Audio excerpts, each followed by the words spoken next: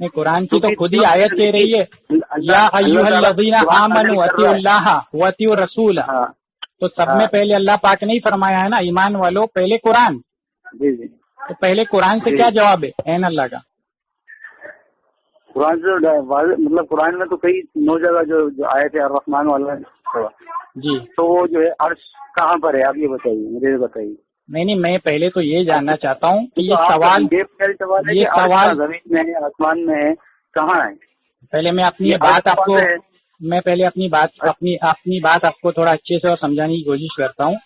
ایک سوال ہے عین اللہ کا ہے. جیسے یہ سوال ہے کہ قبر کے اندر کیا پوچھا جائے گا، تو قبر کے اندر پوچھا جائے گا تیرا رب کون ہے، تو اس کا جواب ہمیں ملتا ہے کہ نہیں کہ یہ جواب تمہیں دینا ہے کہ میرا رب اللہ ہے. تو جو سوال کا جو جواب قرآن سے یا حدیث سے ملتا ہے ہمیں وہ جواب دینا ہے نا، کہ ہم اپنے طرف سے کچھ آیت پڑھ دیں گے یا اپنے طرف سے حدیث پڑھ دیں گے. تو اسی طرح سے میں کہنا چاہتا ہوں کہ جب عین اللہ پوچھا جائے تو قرآن سے ہمیں کون سی آیت پڑھ کے سنانی ہے؟ استویٰ علی العرش پڑھ کے سنانی ہے؟ یہ میرا سوال ہے. ہاں دیکھیے نا، یہ بہت اچھی بات کہی آپ نے. تو دیکھیے آپ نے جب ہمیں قرآن نے حدیث میں ہم کو یہ بتایا من ربو کا، حدیث میں ہے. قرآن میں تو یہ نہیں یہ سوال ہے نا. اللہ کے رسول نے جو ہے اس کے جواب حدیث میں آتا ہے جو جواب دے گا ربی اللہ، بندہ جو نیک ہوگا جواب دے گا، وہ بھی اس میں واضح ہے. تو اسی طرح سے حدیث سے ہم کو سوال بھی معلوم ہوا جواب بھی معلوم ہے نا. قرآن سمجھ رہا ہے نا. تو قرآن میں دیکھیے عین اللہ کا سوال قرآن میں نہیں ہے، سمجھ میں آ رہا ہے نا. لیکن حدیث میں موجود ہے. یہ تو آپ مانتے ہیں حدیث میں موجود ہے.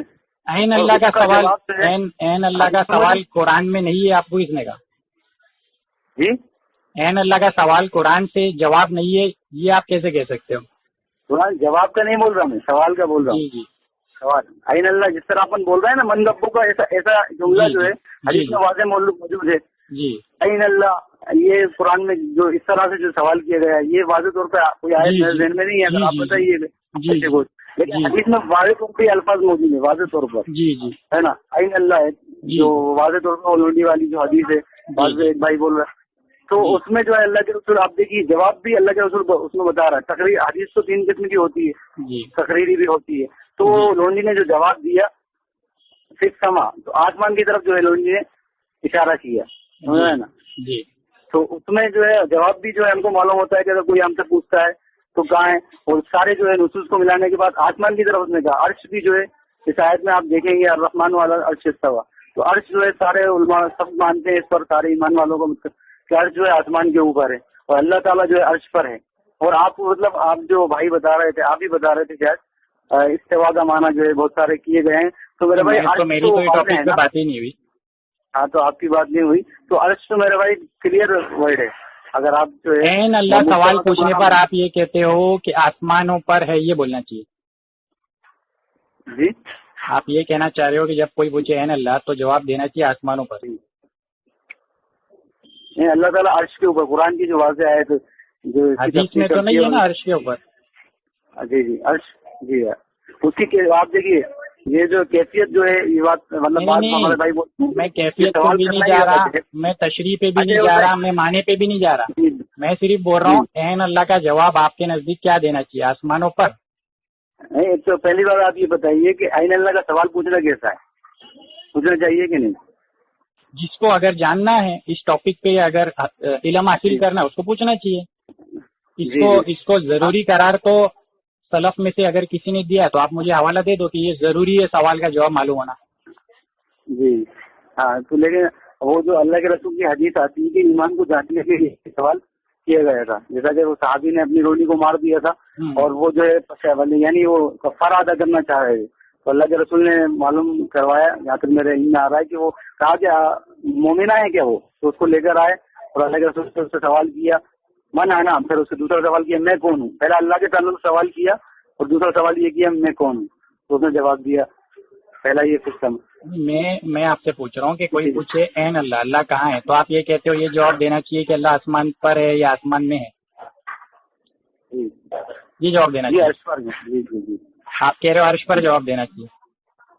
تو حدیث جو آپ پیش کر رہے ہو اس میں تو عرش پر والا جواب نہیں ہے، آسمانوں میں یا آسمانوں پر والا جواب ہے. جی تو پھر وہی ہے نا. اب آپ جو ہے صرف ایک نصوص کو لے کے وہ نہیں بول سکتے نا. مطلب بتایا نا میں نے. اگر نبی پاک صلی اللہ علیہ وسلم کے سامنے جی جی نبی پاک صلی اللہ علیہ وسلم کے سامنے باندھی نے کہا آسمانوں پر.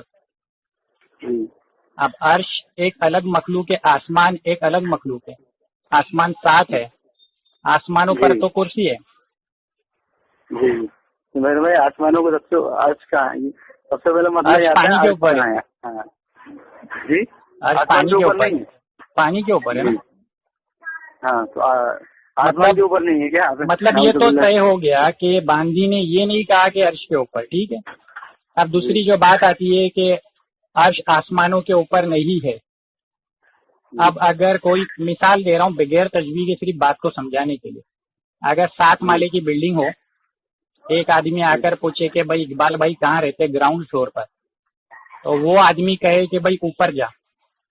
وہ گیا ہے پہلے فلور پہ، پہلے مالے پہ، تو وہ کھٹکھٹاتا ہے اقبال بھائی ہے، بولے اقبال بھائی اوپر رہتے، اوپر جا.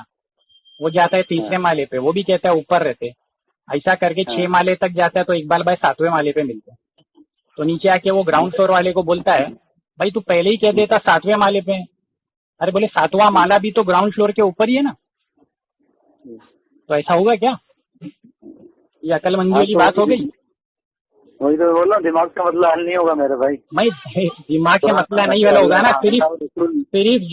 صرف جو دلیل موجود ہے وہی پڑھنا ہے نا. ہمیں کیوں دماغ لگانا ہے کہ آسمان کے اوپر بھی تو عرش ہے وغیرہ وغیرہ. ایک بات. دوسری بات قرآن حدیث آپ اٹھا کے دیکھیے. آپ ارے پانی واضح کہاں ہے کے اوپر عرش تھا پہلے موجود، پھر آپ نے دنیا اللہ تعالیٰ نے دنیا اور ساری چیزوں کو بنایا، پھر ابھی جو اللہ کا جو سارے آسمان کے اوپر، یہ آپ کو یہ واضح نہیں ہے آپ کے پاس؟ نہیں بالکل. آپ نے جو ابھی دلیل پڑھی ماشاء اللہ، پانی کے اوپر عرش تھا پہلے سے، پھر اللہ نے آسمان اور زمین کو بنایا.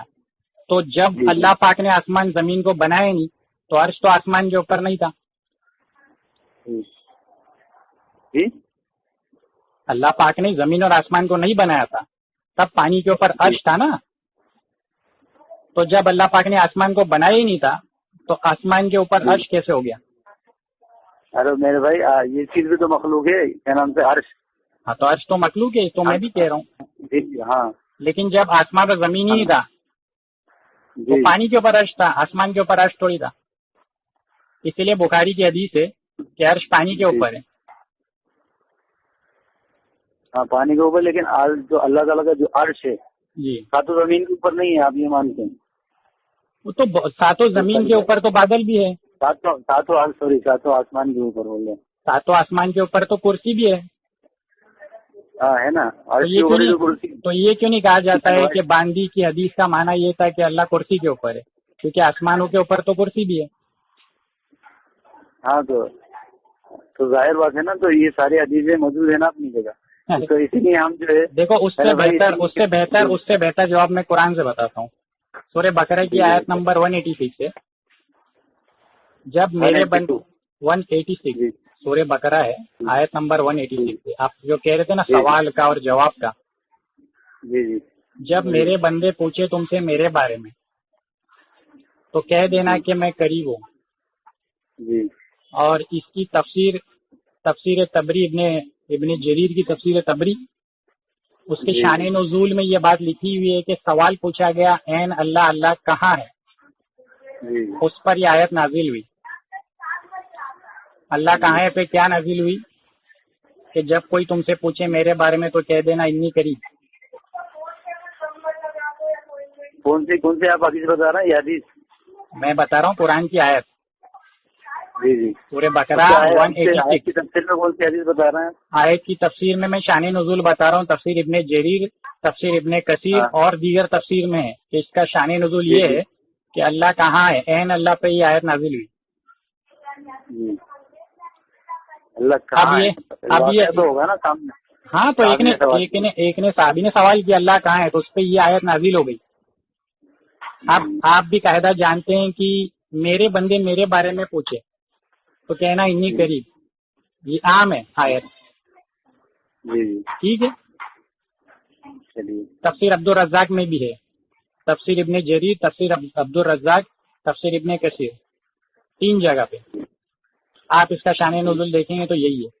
تو آپ بھی قاعدہ جانتے ہیں کہ یہ آیت عام ہے. جب میرے بندے میرے بارے میں پوچھے تب یہ کہنا ہے. اور آپ جو حدیث پیش کر رہے ہو باندی والی، وہ ایک مخصوص واقعہ ہے. وہ ایک صحابی کے ساتھ واقعہ پیش ہے، باندی کو انہوں نے مار دیا تھا غالباً، تو کچھ ایسا معاملہ پیش آیا تھا، تو ان کو آپ صلی اللہ علیہ وسلم نے بلایا اور آپ نے سوال کیا، اور وہ ایک باندی سے وہ ایک مخصوص واقعہ تھا، اسی وقت سوال کیا گیا. اس کے بعد آپ پوری حدیث کی کتابیں اٹھا کر کے دیکھ لیں گے، کسی کے ساتھ یہ سوال پیش آیا ہو اللہ کہاں ہے اور اس نے یہ جواب دیا ہو. ایک بات. دوسری بات یہ ہے تو ہمیں قرآن سے جو عام ہے ہم کو وہ آیت لے رہا ہے. دوسری بات یہ ہے اس حدیث کا معنی کیا ہے، اللہ آسمانوں پر ہے کا کیا معنی؟ آپ نے کہا نا ہم اپنی عقل سے حدیث کا معنی نہیں لیں گے، تو ہم اپنی عقل سے حدیث کا معنی نہیں لیں گے تو صحابی سے کیا اس کی تفسیر ملتی ہے، یا محدثین فقہا اور اہل علم سے اس کی کیا تشریح ملتی ہے؟ تو مشکل الحدیث و بیانہ یہ کتاب ہے، جلد نمبر 1 صفحہ نمبر 159، محمد بن حسن وہ فرماتے ہیں کہ نبی پاک صلی اللہ علیہ وسلم کا یہ سوال پوچھنا عورت سے، باندی سے، یہ مقصد یہ تھا کہ اللہ تعالی کے لیے اس کے دل میں کیا قدر و منزلت ہے یہ جاننے کے لیے سوال کیا گیا تھا، نہ ہی کہ یہ جاننے کے لیے کہ اللہ کی ایک ذات جو آسمان میں اس کا مقام، اس کو مکان کیے ہوئے آسمان کو. اور بھی دیگر آپ اس کی تشریح میں جائیں گے تو آپ کو مل جائے گا، جیسے سراج المنیر ایک کتاب ہے، اس میں ہے کہ یہ سوال پوچھنے کی مراد یہ ہے کہ اگر وہ باندی نے زمین پر جو بدھ تھے جن کو اس وقت کے دور کے کفار نے، مشرکین نے معبود مانا تھا، باندی نے اس کی نفی کی. یہ پوچھنا مقصد نہیں تھا کہ اللہ پاک کا مکان کیا آسمانوں میں ہے. تو اس حدیث کی آپ تشریح اگر دیکھیں محدثین سے تو آپ کو پتہ چلا جائے گا کہ اس حدیث کا معنی کیا ہے. جی تو اس لیے میں چاہ رہا تھا کہ پہلے قرآن سے بات ہو کہ قرآن میں اللہ کا جواب کیا دینا چاہیے، پھر حدیث پہ بات ہو، پھر آپ امام ابو حنیفہ کی بات کرتے ہیں. تو امام ابو حنیفہ کی جو سے پوچھا گیا این اللہ کہاں ہے تو اس کا کیا جواب دینا چاہیے، تو امام ابو حنیفہ نے فرمایا کہ اللہ تو تب سے جب کوئی عین نہیں تھا، کوئی جگہ ہی نہیں تھی، اللہ تو ہمیشہ سے ہے اور ہمیشہ رہنے والا ہے اور وہ تمام کائنات کا رب ہے. امام ابو حنیفہ کی کتاب العالم والمتعلم صفحہ نمبر 57 پہ اللہ مخلوق کو پیدا کرنے سے پہلے موجود تھا اور مکان موجود نہیں تھا. کیا مکان موجود نہیں تھا؟ جب کوئی مکان ہی نہیں تھا تب تو اللہ تو تب سے نا. تو اللہ ہر چیز اللہ کے علاوہ اس بات کی محتاج ہے کہ اس کو وجود کے لیے، موجود ہونے کے لیے کوئی جگہ چاہیے، کوئی مکان چاہیے. انسان کو جگہ چاہیے کہ وہاں موجود ہو، ہوا کو جگہ چاہیے کہ وہاں موجود ہو، پانی کو جگہ چاہیے، آگ کو جگہ چاہیے. لیکن اللہ پاک کو جگہ نہیں چاہیے کیونکہ اللہ پاک ولم یکن لہ کفوا احد، اس کے جیسا تو کوئی ہے نہیں، لیس کمثلہ شیء، اس کی کوئی مثال نہیں ہے. اس لیے اللہ پاک موجود ہونے کے لیے نہ وہ عرش کا محتاج ہے نہ آسمان کا محتاج ہے، وہ تو بلا مکان کے موجود ہے. یہ ہمارا عقیدہ ہے کہ اللہ پاک بنا مکان کے موجود ہے. ہاں جیسے آپ سے کوئی اگر واضح سوال کرے تو آپ اس کے جواب میں مختصر کیا کہیں گے؟ کیا این اللہ پہ اگر صرف سوال کا جواب دینا ہے تو میں قرآن سے کہوں گا اللہ قریب ہے. لیکن کوئی کہیں گا کہ مجھے عقیدہ سمجھا دے مکمل، اس کی تشریح کر دے. ہاں اگر اس کوئی یہ کہیں گا کہ بھائی مجھے عقیدہ مکمل وضاحت کے ساتھ سمجھا نہیں سر، تو پھر وہ دوسری آیت بھی تو سامنے آتی ہے اور 9 جگہ قرآن میں الرحمن علی العرش استوى. ہاں تو وہ بھی ہے. اللہ کے لیے فی السما بھی آتا ہے، اللہ کے لیے استوى علی العرش بھی آتا ہے، اللہ کے لیے انی قریب بھی آتا ہے. آیت آپ نے کہا نا ساری آیتوں کو لیا جائے گا، صرف ایک آیت کو لے کر کے فیصلہ نہیں کیا جائے گا. تو ایک آیت کو لے کر کے ہم جب بیٹھیں گے تبھی ہم کہہ پائیں گے اللہ عرش پر ہے. اگر ساری آیتیں ہم سامنے رکھیں گے تو ہم کہیں گے کہ اللہ کی ذات کے تعلق سے جتنی بھی آیتیں آئی ہے جو التفویض صفات باری تعالیٰ پہ اہل سنت والجماعت کا موقف ہے، تفویض ما تنزیہ ان متشابہ مخلوقات، ان آیتوں کا معنی ہم اللہ کے سپرد کریں گے کہ اس کی حقیقت سے اللہ ہی کو پتہ ہے. ہم اس کو پڑھ کے گزر جائیں گے اور مخلوق کے ساتھ مشابہت سے ہم پاک مانیں گے. نہیں تو اس میں ایسا الرحمن والا عرش استوا یہ آیت جو ہے پوری مشابہ ہے یا اس میں کوئی لفظ مشابہ ہے؟ یہ پوری آیت متشابہات میں سے، اس پہ حوالے جات موجود ہے۔ ابن قدامہ حنبلی رحمۃ اللہ علیہ فرماتے ہیں استوا علی العرش، اور ایسی آیتیں متشابہات میں سے روزۃ الناظر و جنت المناظر فی اصول ہی فقی اور مذہب امام احمد ابن حنبل، امام احمد ابن حنبل کے مذہب کے مطابق کتاب۔ ابن قیم بھی فرماتے ہیں استوا علی العرش متشابہات میں سے الضوء المنیر التفسیر۔ ابن تیمیہ بھی فرماتے ہیں متشابہات میں سے تفسیر سورہ اخلاص۔ امام راضی تفسیر الکبیر میں فرماتے ہیں متشابہات میں سے۔ امام جلال الدین سویدی فرماتے ہیں متشابہات میں سے۔ ہاں تو وہ تو امام مالک کا بھی قول ہے نا الاستواء، وہ بھی تو ثابت ہے۔ ہاں تو انہوں نے بھی تو متشابہات ہی بتایا نا، اس کا کون سا معنی بتایا؟ الٹا کہا کہ اس بدعتی کو نکالو۔ انہوں نے کیا کہا، مطلب یہ ہے نا کہ الاستواء معلوم، ہاں انہوں نے تو یہ کہا اس کے بارے میں الاستواء معلوم، کہ استوا تو معلوم ہے، والکیفیت مجہول، کیفیت اللہ کی کیسی یہ مجہول ہے، یہ متشابہات ہے، اس پہ ہم بحث نہیں کریں گے۔ اللہ نعوذ باللہ بیٹھا ہے، کس طرح ہے، کیا حالت ہے، اس پہ بحث نہیں کریں گے۔ وہ سوال والا بدعت، اس کیفیت کے تعلق سے سوال کرنا بدعت ہے۔ پہلی بات تو یہ ہے کہ صحیح سند کے ساتھ یہ امام مالک سے ثابت ہی نہیں ہے۔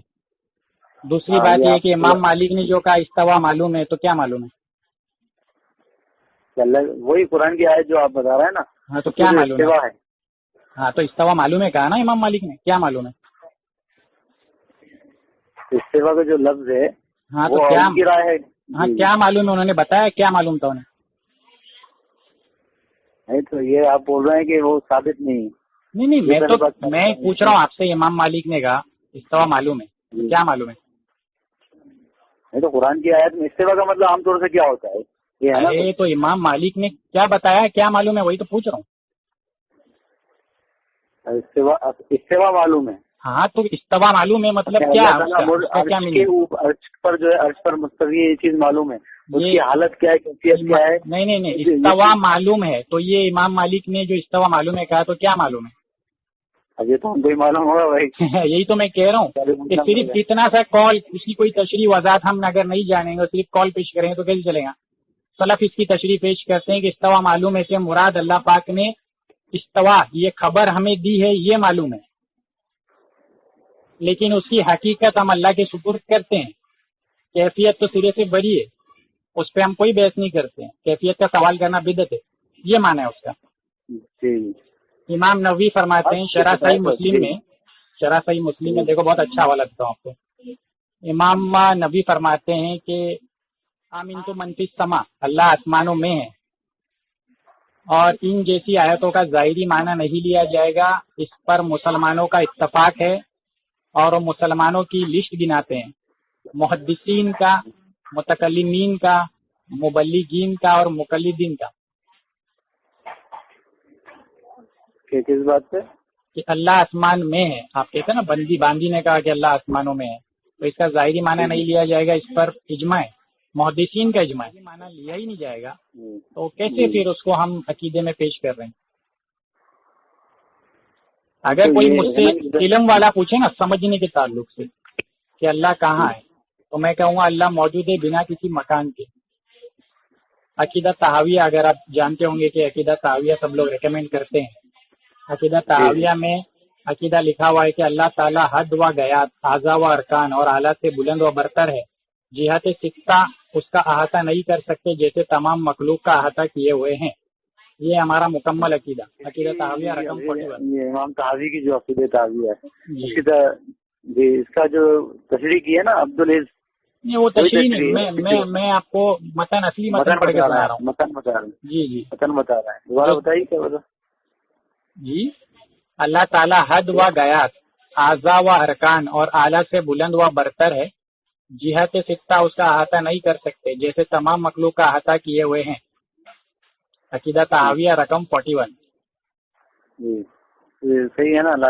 ہاں، اور اس کے مقدمے میں لکھا ہوا ہے یہ بیان اہل سنت الجماعت کے عقیدے کا فقہائے ملت امام ابو حنیفہ، نعمان بن ثابت کوفی، ابو یوسف یعقوب بن ابراہیم انصاری اور ابو عبداللہ محمد بن حسن شیبانی کے مذہب کے مطابق، اور اس میں وہ اصول دین بھی ذکر کیے گئے ہیں جن پر یہ حضرات اعتقاد رکھتے ہیں۔ مقدمہ عقیدہ طحاویہ صفحہ 7۔ تو یہ ہمارا صاف طور پہ عقیدہ ہے. نہیں وہی واضح جیسے آپ جب سے پوچھا جائے گا تو آپ کیا کہیں گے قریب ہے اللہ تعالیٰ. میں آپ کو صرف یہ اس پہ لانا چاہ رہا تھا کہ اگر صرف ایک لائن کا سوال پوچھنا ہے اللہ کا ہے تو ہمیں قرآن سے جواب ملتا ہے اللہ قریب ہے. لیکن آپ بولیں گے کہ مجھے عقیدے کی تشریح کا سمجھا اور سامنے والا بھی, کیونکہ آپ کو تو ایک قاعدہ پتہ ہے فقہا کا اور محدثین کا کہ بندہ مکلف بقدر عقل ہوتا ہے. جتنی عقل ہوتی ہے اس کو ایسی بات سمجھ میں آتی ہے. اگر کوئی ایسا سامنے ہوگا جو مجھے ایسا لگے گا کہ اس کو علمی بات سمجھ میں آتی تو تھوڑی تشریح میں کروں گا. میں اسے کہوں گا کہ اللہ موجود بلا مکان کے ہے, اس کو موجود ہونے کے لیے, اللہ کے وجود کو موجود ہونے کے لیے کسی جگہ کی ضرورت نہیں ہے, کیونکہ اللہ ہوا اور دیگر مخلوق تو کتنی کوئی کمپیریزن بھی نہیں ہے. تو اللہ کی ذات ایسی ہے جو موجود ہونے کے لیے کسی جگہ کی محتاجی نہیں ہے. اس لیے لا مکان سے مکا کی نفی ہوتی ہے. اللہ کو حاجت نہیں ہے کہ وہ موجود ہونے کے لیے کسی مکان میں آ جائے. جزاك الله خيرا جزاك الله خير